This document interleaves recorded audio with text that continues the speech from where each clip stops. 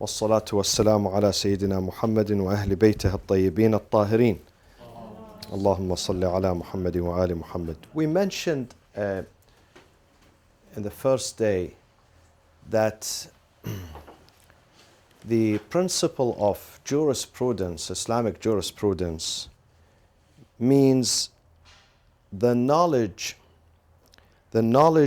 of the common elements, because we said there are two types of elements involved, the common elements and the specific elements. So this is, Ilm al-Usul deals with the common elements that we use in the process of derivation of the Shar'i or religious verdict, al-Hukm al-Shar'i. So it defines the common elements involved. This is the meaning of Ilm al-Usul. And there is a very close interrelationship between usul and fiqh. They integrate each other. And I mentioned this in the previous sessions, that no person can become faqih, jurist, or mujtahid unless he study both and he becomes well versed in both, because they complement each other. It's like a family. In the family, the healthy family is the family which has a husband and wife. You can see families running with a single parent family, but most likely they face difficulties. They are not normal. So you need, in order for you to raise good children, safe children, you need the help of both. Same thing with Ilm al-Usul. Why do I say this? Because so many people in the past, they said there is no need for usul. We depend on fiqh. No need for the usul. You can depend on the fiqh if the imam is there. If the infallible imam is there, you can go and ask him the question and he gives you the right answer. But in the absence of the imam, you need the procedure. You need the procedure to get to the right answer. During the time of the Prophet, they call it Asr al-Tashri'. Asr al-Tashri', the era of legislation. Asr al-Tashri'. Asr al-Tashri', when it comes to the Sunni tradition, Asr al-Tashri' is up to the time of the Prophet. It ends with the death of the Prophet sallallahu alaihi wasallam. In the Imamiyya tradition, Asr al-Tashri' ends with the first occultation or the minor occultation, al-ghayba al-sughra. Al-ghayba al-sughra. Because in the Imamiyya tradition, we believe that the Imams of Ahlul Bayt, they relate to us, they narrate to us exactly what their grandfather taught them. So they are not mujtahid. They do not go through the process of procedure of reasoning.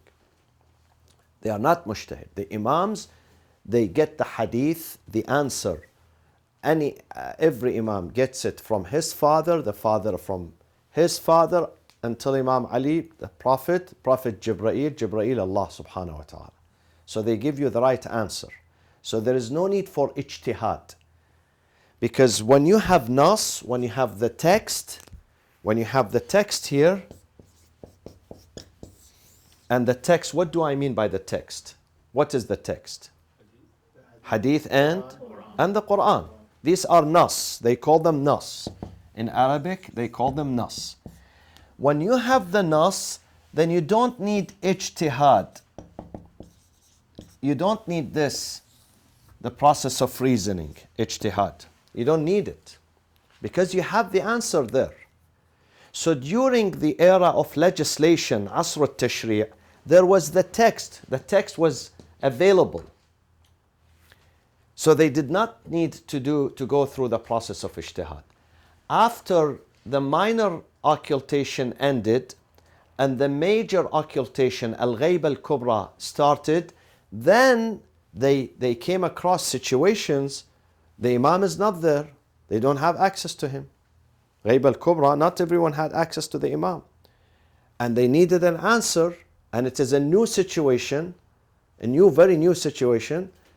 So in that case, they had to develop this process of, or the procedure of reasoning, and because of this procedure of reasoning, they also had to develop ilm al-usul. Why ilm al-usul? To stop the anarchy. If we don't have ilm al-usul, we're going to have what? An anarchy. Everybody says something. You come across a mas'ala, a situation, and you have 5 people. Those 5 people, each one gives his own verdict, his own personal opinion on this. Why? Because there is no procedure, there is no process that they go through. We say ilm al-usul, usul is the logic specific to jurisprudence.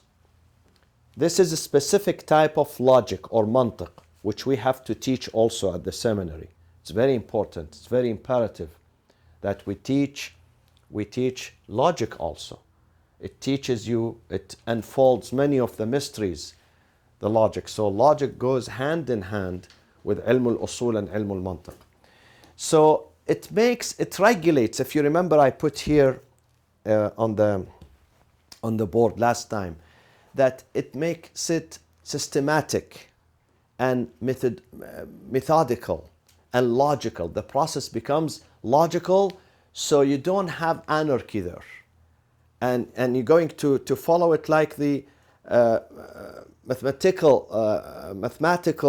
formula. You reach the result if they follow the procedure.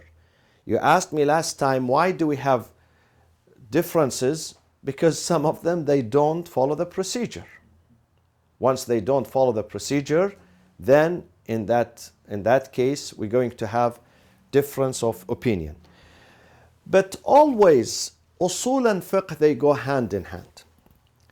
And ulama, they say that usul, which one came first, fiqh or usul? Fiqh. Why? It came from hadith. Why? Because fiqh represents what?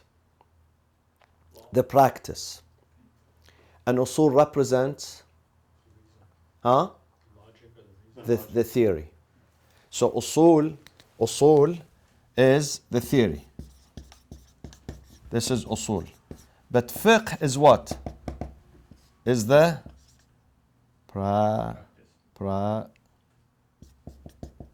is the practice. So usul is the theory and fiqh is the practice. And because we when we come to the practical life, we face certain situation where we need the answer, and this need to the answer, to the opinion, to the verdict, to the fatwa, entails what? The creation of the theory. And the more situation you face, the more theories you need. And the more this life develops. In the past, the life was very limited. There were no financial transactions. There were no medical surgeries. There were no types of businesses, There were no contracts and companies and corporations, and life was very limited. So they did not need a lot of fiqh at that time.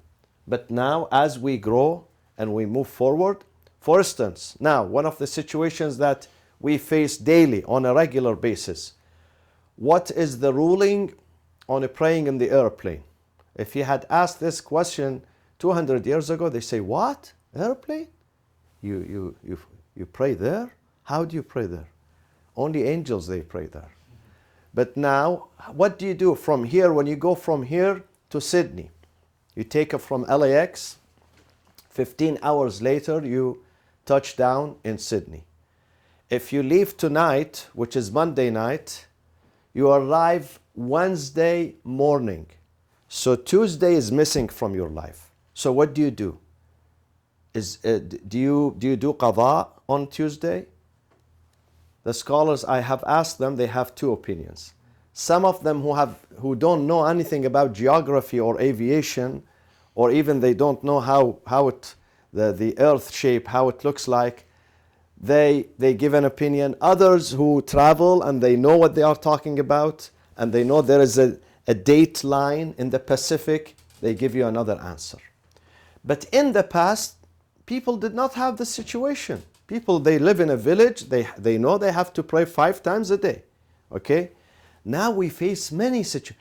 Regarding, let's say, birth control or artificial insemination. In the past, they did not know about art.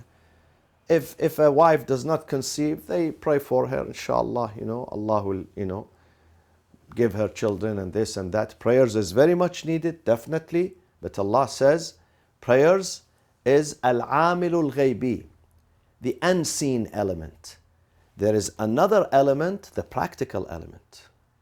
So you have to do both. You have to go to the doctor, practical element, and you have to ask Allah, the unseen element. Both, they hand in hand, they work. So is this halal or haram? When you open the book, many of them, they give answers different from others. And the reason why, because they don't follow the procedure. They don't follow the procedure. So not anyone who appoints himself as mujtahid is really mujtahid. Many of them are mujtahid, but only in the book. But about life, he knows nothing. And if you don't know anything about life, you cannot give the right answer. You have to know both what is in the book, the hadith, the Quran, and what goes on in the life.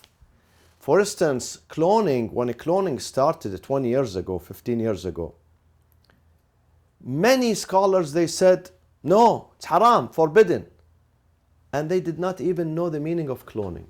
When you ask them, Maulana, what is cloning? He says, I don't know. Cloning, they create human being. But it's not like that.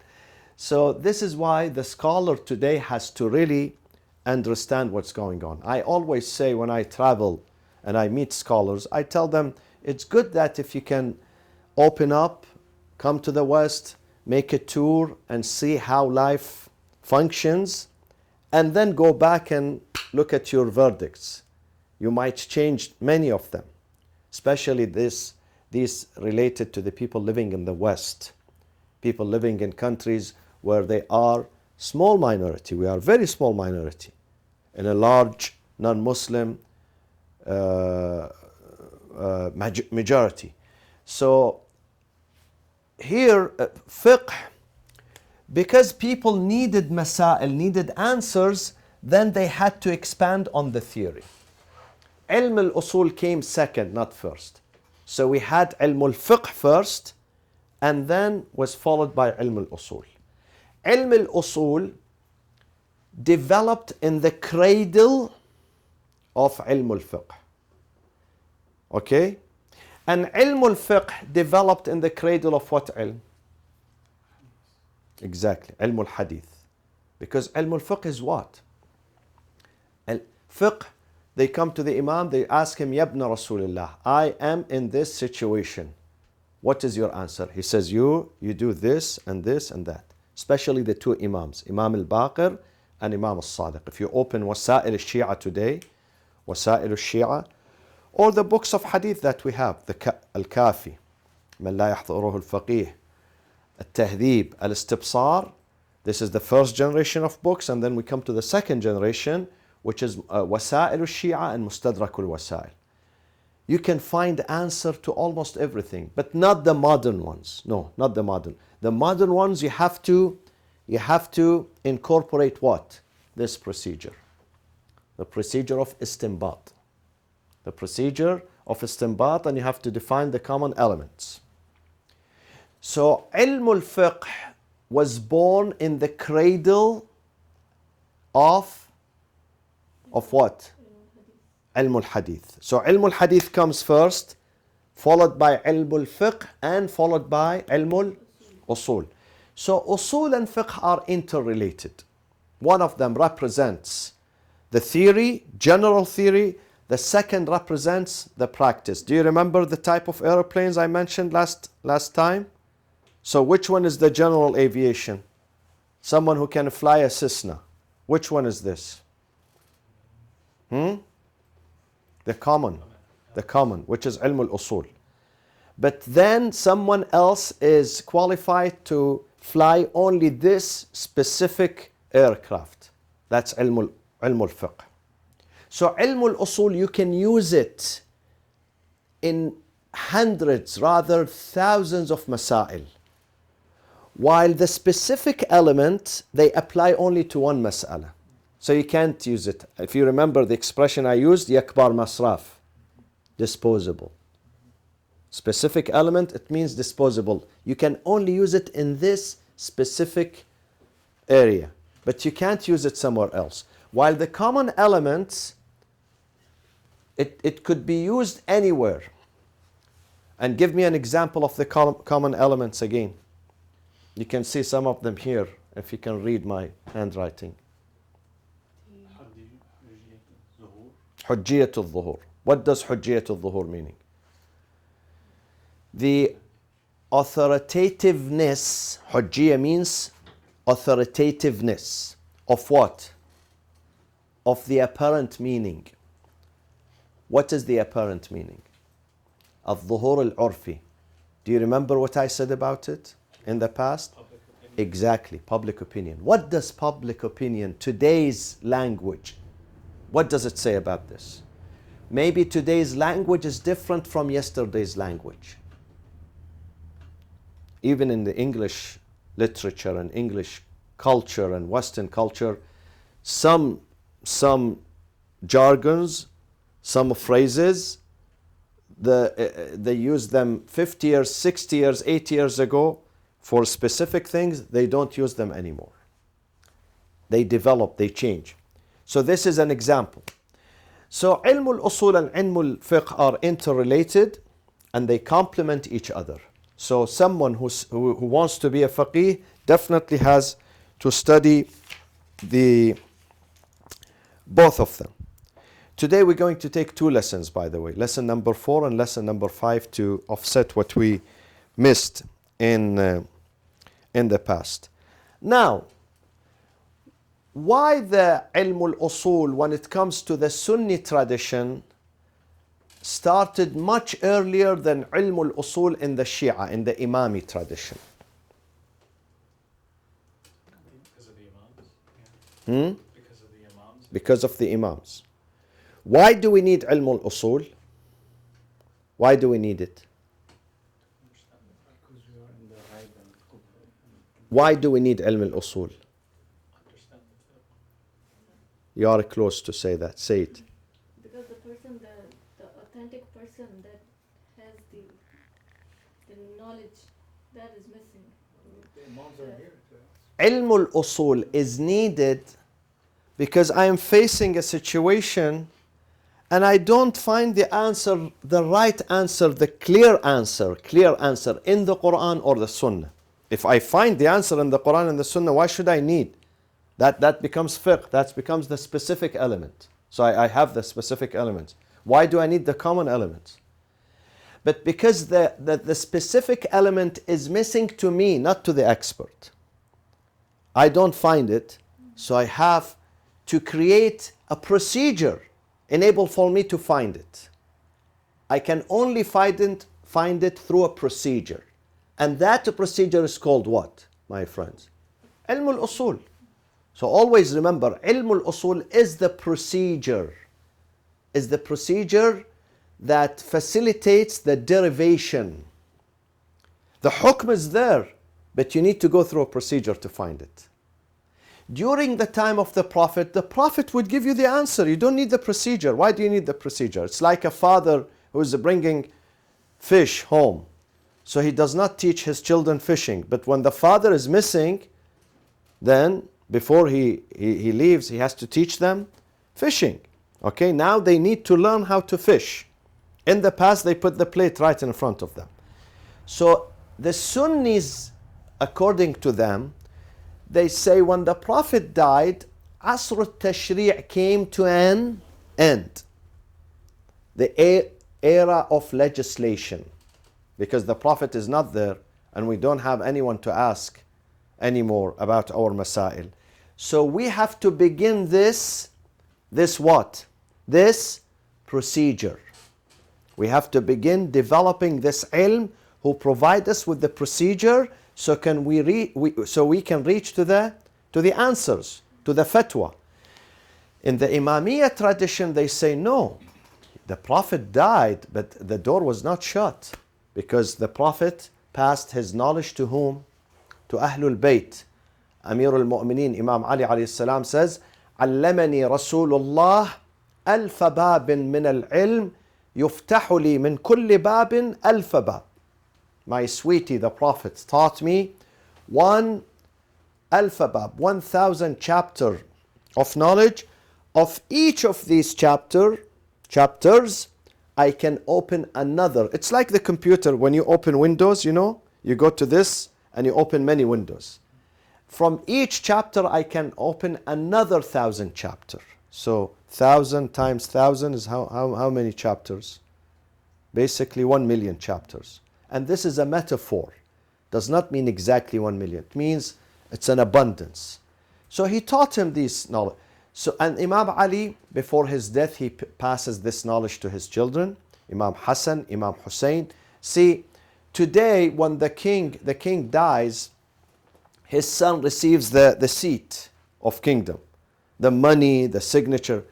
Our Imams, they don't have seat. They don't give seat to their children, or signature. They pass to them what? Ahsant, knowledge. This is the power. The real power is knowledge, ilm. So the Imams, they would pass it. So the Sa'il, the inquirer, when he comes, he has access to the Imam, he tells him, Yabna Rasulullah, what shall I do in this situation? I'm traveling in the desert and I don't know the direction of the Qibla. What should I do? To what direction should I pray? So the Imam tells him, if you don't know, if you try, and if you don't know, this is what you have to do. We will come to that inshallah. So he gives them the answer. So he does not need to create a procedure here because the answer is ready-made. Okay?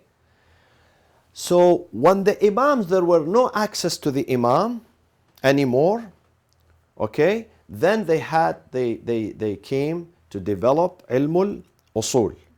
Having said that, it does not mean there were no usul at all during the time of the Imams. Because Imams themselves, they set forth the principles of the common elements. So the ulama, they did not invent them from their own pocket, They did not bring it from their own pocket. They learned that from the Imams. However, but there was no need to use them at that time because the Imam was available. Are you with me? This is why the Sunnis, they had to invent ilm al-usul before, because they said they would not come to our Imams, although they would study under the Imams. Abu Hanifa and Malik bin Anas, both they were the students of Imam Ja'far al-Sadiq alayhi salatu wassalam. And you know the famous saying of Abu Hanifa, Thabit ibn al-Nu'man, his name is Thabit ibn al-Nu'man, his nickname is Abu Hanifa. He says, Lawla sanatan, Nadim, what happens? Lawla sanatan, lahalakan Nu'man. If it wasn't for these 2 years, Nu'man, his name is Nu'man ibn Thabit, if it wasn't for these 2 critical years that I spent with my mentor and my leader, Imam Ja'far al-Sadiq, I would have been perished completely. So he taught him the foundations and the principles of knowledge. And he would come, if you read in the books of hadith, Abu Hanifa comes and he asks the Imam, and the Imam gives him the answer, but again he goes and he creates or invents an answer that suits him and suits his own mentality. So he does ijtihad when the text is there. and we know when the text is there, is this acceptable or not anymore? What do you think? Huh? When we have text, do we do ijtihad? No. We don't have to do ijtihad. Ijtihad is when the text is missing. Ijtihad is the procedure to find the text. So if the text is there, how do you do ijtihad? You can't do the ijtihad. But he used to do. And we have a great scholar, Lebanese scholar, Sayyid Abdul Hussein Sharafuddin. This is an iconic figure. You can read his books.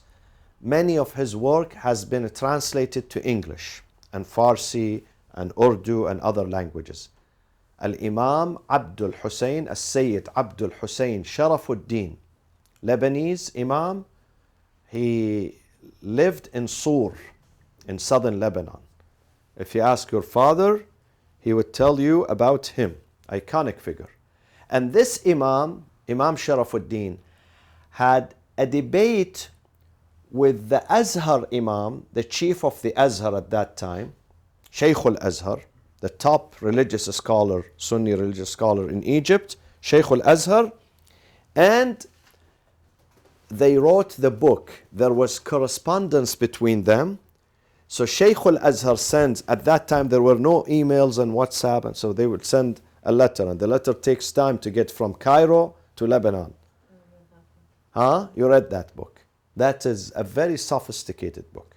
So Shaykh al-Azhar, he sends his letters to the Imam, and the Imam answers him. So they gathered all these masail, the Q and A's, in a book, and they called the book what? The References, Al-Muraja'at. One of the best books that outlines the difference between Shia and Sunnis. Because of these books, I would say not thousands, rather millions of people accepted Shia Islam. They converted to Shia Islam because of this book. And you must get a copy of this book. This book has been translated to English. You must have it at your home, but it is a very sophisticated book. So you don't give it to beginners. You don't give it to someone who knows nothing about Shia Islam. You need to give him my book as introduction for kindergartners, and then, inshallah, you give him the Muraja'at. So, this fiqh and usul are, Sayyid Abdul Hussein Sharafuddin, he wrote a very nice book called An-Nassu wal-Ijtihad. An-Nassu wal-Ijtihad. What does that mean? It means the text and the ijtihad. And then he outlines that in so many places, the khulafa who do not subscribe to Ahlul Bayt, they issued a verdict, ijtihad, while there was a text in the Quran. But they gave a different opinion. There is a clear-cut text in the Quran, but then they come and they oppose that one and they give their own opinion. He outlines it in that book. So if you are a person of research and you want to learn, get that book. I have it in English. It has been translated. An-Nas wal-Ijtihad, Sayyid Abdul Hussein Sharafuddin. So whenever we have Nas, we don't need Ijtihad. This is why the Sunnis, they started Ilm al-Usul, because they did not believe in the text, in the Nas of our Imams. They did not follow our Imams, so they were deprived from that. Therefore, they had to create ilmul what? Usul. But because we had Imams and we had text, why the need to go and do ilm al-usul? This is a second, ilm al-usul is a secondary source, not a primary source. Imam is the primary source. The textual evidence are the primary source. You don't have to go to the secondary when the primary is there. This is why ilm al-usul developed in the Sunni tradition much earlier before its development and growth in the Shia tradition.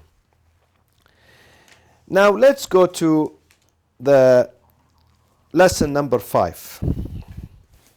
This is briefly lesson number 4, and I urge you, do you all have the, did we send you the attachments of lesson 4 and 5? Up to what lesson? Up to 2? You did not get 3, 4, 5? Nadeem, can you do me a favor and make and scan it and send it to those who do not have. Sister Najat and Arash. You don't have. Huh? I don't have it. You don't have it. So can you scan it I will send it to to the email list? You have the list with you somewhere. Yeah, it's the list is here. I sent you an email. Did you get an email from me? Yeah. Sister Najat, also give your email to Brother Nadeem so he can, and Brother Sister Fatma too also. Sister Fatma, yes. So can you do me a favor, please? Send them lesson number 4 and lesson number 5, inshallah. Okay. So we finished the interaction between jurisprudence and usul, between usul and fiqh. And now we go to the permissibility of the procedure of dedication. Deduction, not dedication. Deduction. Deduction is derivation. Istinbat. Istinbat is deduction. Permissibility. Why permissibility? Is it permissible or not? What do you think? Yeah. Is istinbat permissible or not? Yes. We're going to face new situations that didn't exist at the time of the Imams. But why the Imam al-Sadr, Muhammad Baqir al-Sadr says the permissibility, if it is permissible, something guaranteed, why he should speak about it? It's like I stand here and I tell you, oh people, let me talk today about the permissibility of salat. You tell me, say it. Salat is, why do you waste your time on this? We know salat, aqimu salat. Allah says in the Quran, perform prayers. So why he chooses this title, permissibility of what? The procedure of deduction, istinbat. What is istinbat? What can you give me? What other name can you give me for istinbat? Istinbat is the procedure of reasoning or deduction. What do I mean by deduction, my friends? Deduction means pull out. The answer is here. Like the fish in the sea. But the fisherman comes and pulls it out. This is fishing, called fishing.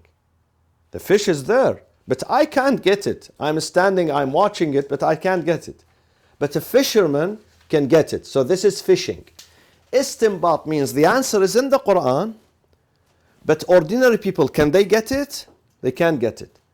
So the faqih, the mujtahid, the faqih, the expert or the jurist in today's language, has the ability, he is equipped with the power, with the talent of pulling it out and showing it to you. And he says, here the answer. You couldn't get it, but I can get you the answer. Okay? So istinbat is in essence is what? Deduction is what? What you can call it. You can put another name, synonymous name to it. And the name is here in Arabic. I put it on the board. If you see somewhere here in this area, probably it's ijtihad. Ijtihad. So the permissibility of ijtihad. Can we do ijtihad or not? Yes. Now you can say yes. But they, for 1,000 years, it was no. Why it was no? Why it was a taboo? If you open the books of hadith, you will find the strongest terms of condemnation are used against ijtihad. Someone who does ijtihad with his personal opinion has to reserve his seat in the hellfire. God is going to curse him. God is going to do this. He's going to be one of the people of Nar, one of the people of Jahannam. Dangerous to do ijtihad. Why? Who can tell me why? Bringing your own personal opinion into it, the bias. Exactly. Ijtihad for many centuries carried the connotation of what? Of personal inclination, personal opinion. I sit there, relaxed on the chair. This is exactly what the Prophet said. After me, my death, some people are going to recline on their seat and they say this is halal and this is haram. It means that they are relaxed, and they have no evidence, they have no proof, but because I like this, I say, okay people, you can do it, this is permissible. I don't like that, distasteful to me, I say people, mamnu', don't do that.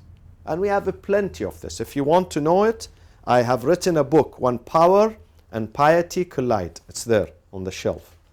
After the class, I give you a copy to show you the Khulafa and how they gave their personal opinion, their personal ijtihad, which was contrary to what?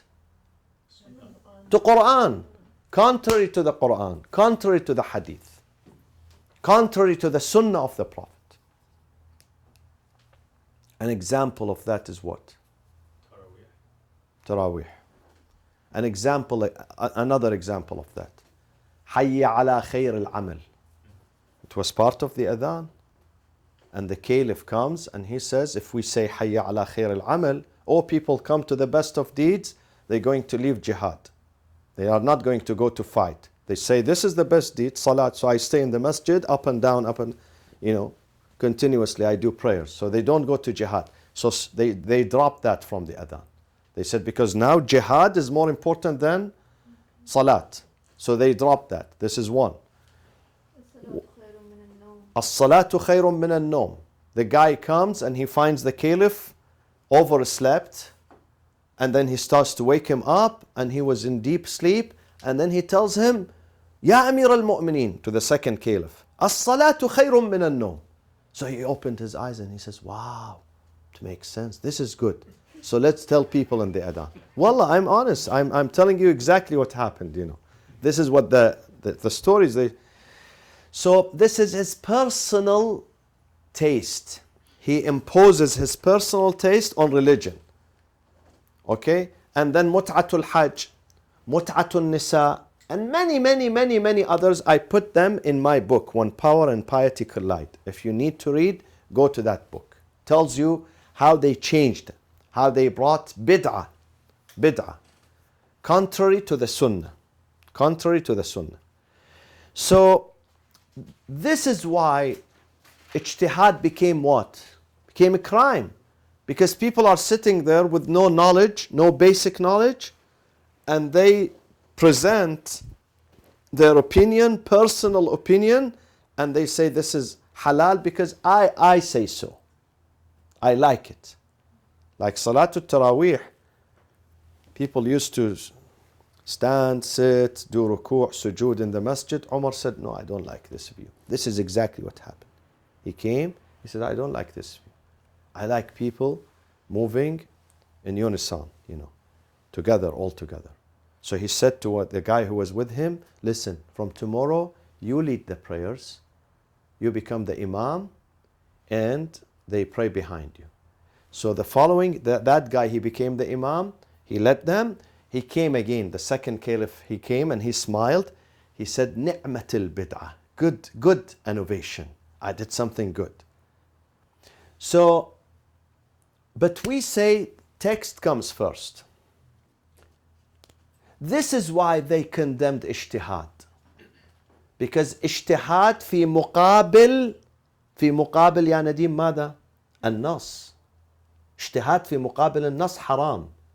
When you have a text, the text is there, and you go against the text and you say, your ijtihad, this is condemned, and this is haram, and this is an act of war against Allah. Yeah. Yeah. It was in the Shia tradition haram or in the both? Even in their traditions, there are hadith. It is haram, but then they find a loophole. They come and they use qiyas. They say, I'm not presenting my personal opinion. I found a pattern there, a pattern in one mas'ala, so I am borrowing it and applying it to this mas'ala. Qiyas, which is also unacceptable because I gave you an example of many situations. The example of which example I gave? Huh? No, don't go to Boeing and Airbus. The example of Imam al-Sadiq when he said to Abu Hanifa, his student, because Abu Hanifa was the one who invented qiyas.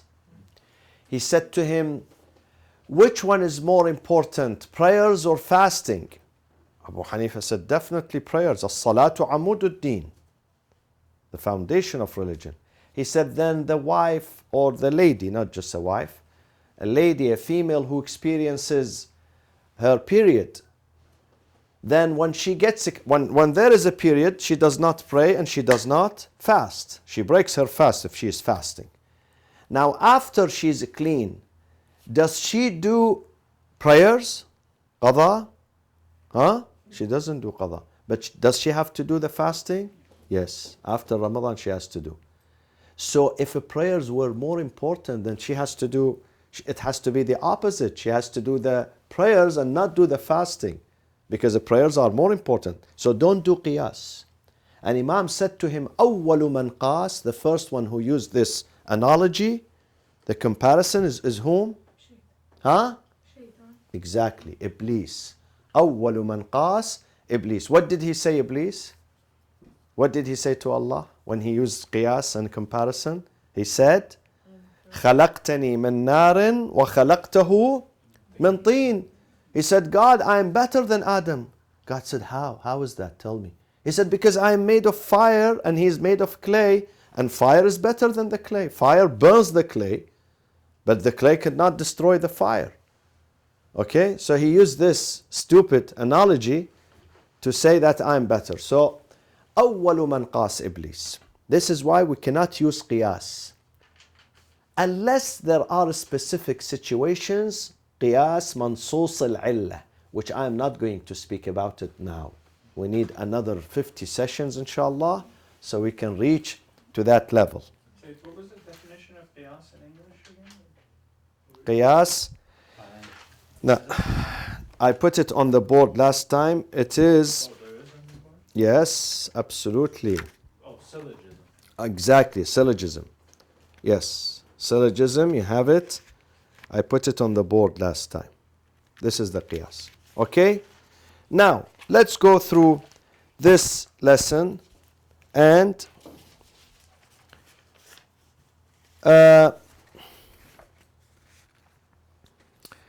so istinbat, another name for istinbat is ijtihad, and we said that ijtihad was a taboo. Why it was a taboo? Because the day that meant only the personal opinion, it became the taboo. But then ijtihad changed its substance. It's not the personal opinion anymore. It is what? A process of Exactly. Procedure of what? The derivation. Okay? Deduction or derivation, or you said it right in a simple language, pulling out. Pulling out the hukm. Reaching to the hukm. Derivation of the hukm. So in this case, in the first case it was haram because the mujtahid, someone who does ijtihad, he says this is my person, he's putting himself in the same line with Quran and Hadith, and then his personal opinion. And he says, this is my personal opinion. We tell him, who are you to say my personal opinion? Who gave you the authority to give, to bring me an answer of your own? Don't say of my own. Say the answer is the answer of God. I was only able to pull it up. Are you with me? So in this case, when you pull it up, when the ijtihad means pulling it up, it's a procedure, then is it still haram or it becomes halal? Becomes halal. And Allah says, do the. Allah says, use your brain. I have put the answer in the book, in the hadith. Use your brain. Use your reason. Use your reason to pull it out. And therefore, any student of you can go today to the seminary, spend 25 years, 30 years, easy, 30 years, and then he becomes mujtahid. You don't have to be born mujtahid, and a scholar is not born mujtahid. Maybe he's intelligent, but definitely he has to go and learn this process. So with the second definition, we understand that ijtihad is not a source, but a procedure. I will examine you tomorrow, next week, next lesson. I ask you, what is the difference between source and procedure? And you have to tell me, say it, source, listen to this, Yusuf. Source, it's like the Quran. Quran is the source. Source of what? Source of hukm, verdict, fatwa. It's in the Quran.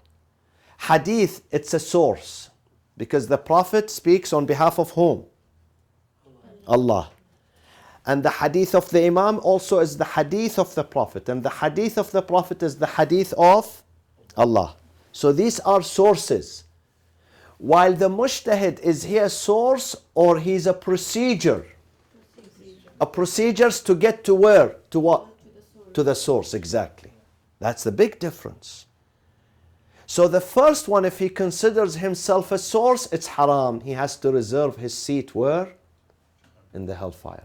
But when it comes to the second one, he's not a source. He's not saying I'm a source. He's saying I'm a procedure. I'm working out here. Struggling. This is why ijtihad comes from what, my friends? What's the basis of ijtihad? Is? No, juhd. Juhd. Juhd is to exert your what? Your energy to get it out. Juhd. يبذل الجهد. Exerting his energy, his pressure. Yeah. To come, to get to the answer. This is why we have jihad. Jihad also comes from juhd. Why, Yusuf, jihad comes from juhd? Is it something easy or something strenuous and something hard? Very hard. You have to fight. You are not going there relaxing, it's not watching football, You have to, you lose your life, you lose your blood, you lose your money, you lose your health, you lose your family. So it comes from juhd. Juhd. The same thing with mujtahid. Mujtahid has to work hard and hard and hard. I tell you something, you don't read it in the books. When I travel back home to Najaf, to Qom, to Karbala, Mashhad, I meet with scholars. And many of them, they tell me that I did not want to be a marja'. But I was pushed, I was forced to accept this responsibility. I was forced. Many of them, because they say this is something, a big responsibility before Allah. When I have people ask me about this situation, and I have to say either yes or no, either halal or haram, but it's not an easy answer. You know how much I struggle? You know how much I struggle to get to this answer, to the process of ijtihad? Sometimes days and weeks and rather months until he says, now I can say with full confidence. And this is why in their Risala, if you open their Risala, they write here on the cover, on the front page, they say this is to the best of my ability and my knowledge. Wallahu al-alim. At the end, I'm not saying that because Allah is above all. The real knower of the truth is Allah. Wallahu al-alim. But I did my best. As a human being, I followed the procedure until I reached this conclusion, and I am providing this conclusion, but anything could happen. It could be wrong. But Allah said you have to. Once you follow the procedure, I'm not going to punish you, even if you are wrong, because you followed the procedure. Because you followed the procedure. Maulana, those procedures are, or whatever is available, is this enough to be used on any new ruling? Yeah, the common elements, of course. No, what I mean is there like a need to create new ones? New elements? New common elements? No. Or they are No. already They are set? already there. These are principal elements. You don't need to create. You only need to figure out how to apply them. How to apply. This is very intricate and this is very difficult. The process of application, tatbiq, application. Although, but they are there. They are. This process of applying these common elements to the specific ones, very difficult. Not anyone can achieve it. This is what we said in lesson number 2. People say, okay, I'm going to learn a couple of these, and then I couple of these specific, and I can just stick them like a glue. Bring one from here and one. It's not like that. No, it's not like that. It's very, very, the process is extremely difficult, and it requires a minimum 30 years, 30 of expertise. Now let me ask you something. We have Usuluddin and we have Furu'uddin. Usul are the fundamentals. Give me an example of Usuluddin, fundamentals of religion. Tawheed, monotheism. Furu'uddin, give me an example. Prayers, salat, okay? Now, ijtihad or taqleed, we do taqleed, yes? Taqleed in what? In usul or furu'? Huh?